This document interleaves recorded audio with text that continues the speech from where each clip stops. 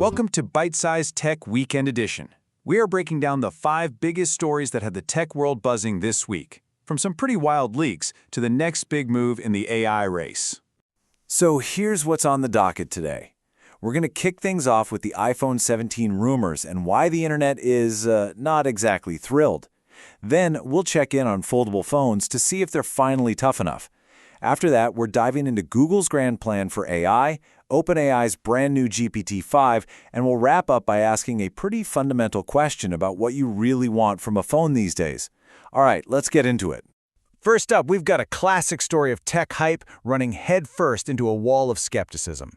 Leaks for the 2025 iPhone 17 lineup are out, and the online reaction has been, well, let's just say it's been pretty brutal.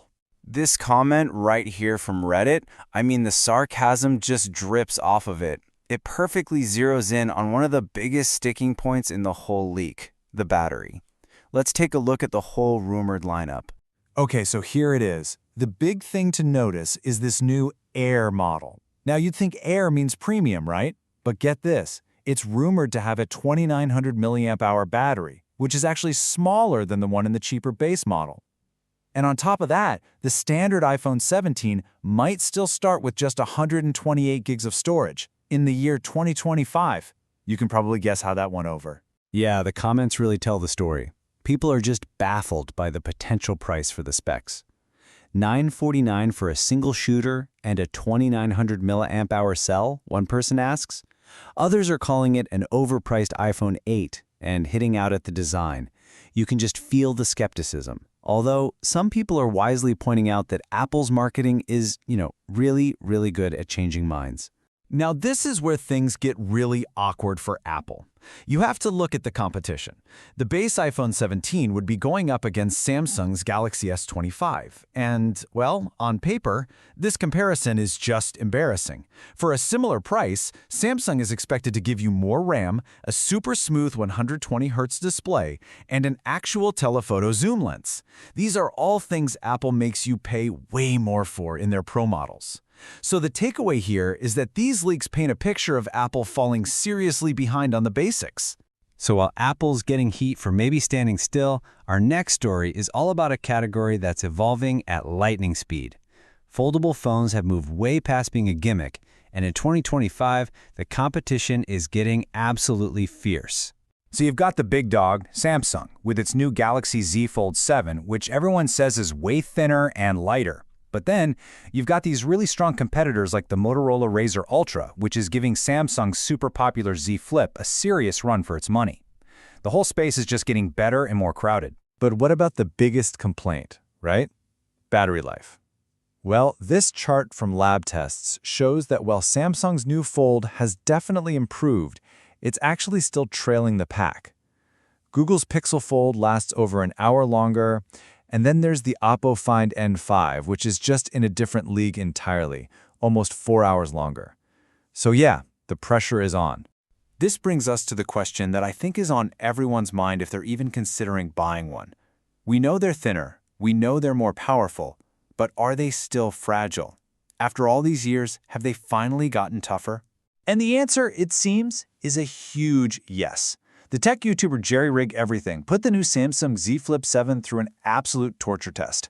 We're talking taking a lighter to the screen, pouring dirt and grit all over the hinge, scratching it up, and then trying to bend it backwards until it snaps. And guess what? The phone survived. It really signals that we're in a new era for foldable durability. Okay, for story number 3, let's switch gears from hardware specs to software strategy. Google has a huge event on the horizon, but honestly, the new phones and watches might not even be the biggest news. The real story is about their massive bet on AI. So mark your calendars, August 20th. That's when Google is set to unveil the new Pixel 10 lineup. But this launch isn't just about showing off a new phone to compete with Apple or Samsung. It's about something way, way bigger. This quote from CNET just nails it. It perfectly explains Google's whole strategy. See, the rules of the game have changed. It's not just about selling the most metal and glass boxes anymore. The new war is over AI, and Google is trying to make its Gemini assistant the one indispensable brain inside not just its own phones, but pretty much every Android phone out there. And they're not trying to do it alone. But Google is getting even closer with Samsung, the biggest phone maker on the planet. They're working together on everything from smartwatches to mixed reality. And here's the kicker. Samsung's own Galaxy AI features. They're now powered by Google's tech. This is a massive strategic team-up designed to make Gemini the king of mobile AI. And you can't talk about the AI race without talking about OpenAI. Our fourth story is a huge one. The company behind ChatGPT has started rolling out its most powerful model ever, GPT-5. And it's being plugged into everything at a massive scale. So what exactly is GPT-5? Well, the simple version is it's OpenAI's new top-of-the-line AI model. It's built to understand really complex problems, to reason better, and to be a lot more capable at things like writing code and having natural conversations.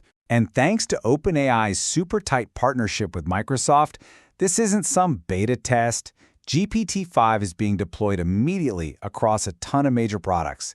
It's in Microsoft Copilot for free, it's in Microsoft 365 for businesses, and it's being put into the hands of developers through tools like GitHub Copilot. We're talking millions and millions of users getting access basically overnight. This isn't just about cool tech, though. It's fueling an absolute economic explosion. A new report from Bessemer Venture Partners coined this term AI supernovas. These are new companies that can go from $0 to $100 million in annual revenue in their first year. I mean, that's just a stunning number that shows you the insane speed and scale of this AI boom. All right, for our final story, let's take a step back from all the cutting-edge AI and $1,000 phones. Let's talk about something a little more down to earth, but maybe even more important to most people. Getting good value and a phone that just, lasts. This headline from How to Geek really makes you think. The argument is that while we all focus on the super expensive phones, the most interesting stuff, the real value and excitement in 2025 is actually happening in the mid-range. And honestly, they make a really good point. When you talk about value, you have to talk about how long something will last. This chart looks a little weird, but it's a super important concept in engineering called the bathtub curve. And it basically describes the life story of every single phone we've talked about today. Let me break it down. It happens in 3 phases. At the very beginning, you have infant mortality. That's a high rate of failure because of defects from the factory. That's exactly why companies do those crazy durability tests. Then you have the long, flat bottom of the tub, the phone's useful life, where failures are just random. And finally, the curve shoots up again at the end with wear out, when parts just get old and start to die. So this kind of brings everything together, doesn't it? This week we've seen this incredible push for smarter AI assistants, and at the same time, this very real, practical need for phones that don't cost a fortune and can survive a drop.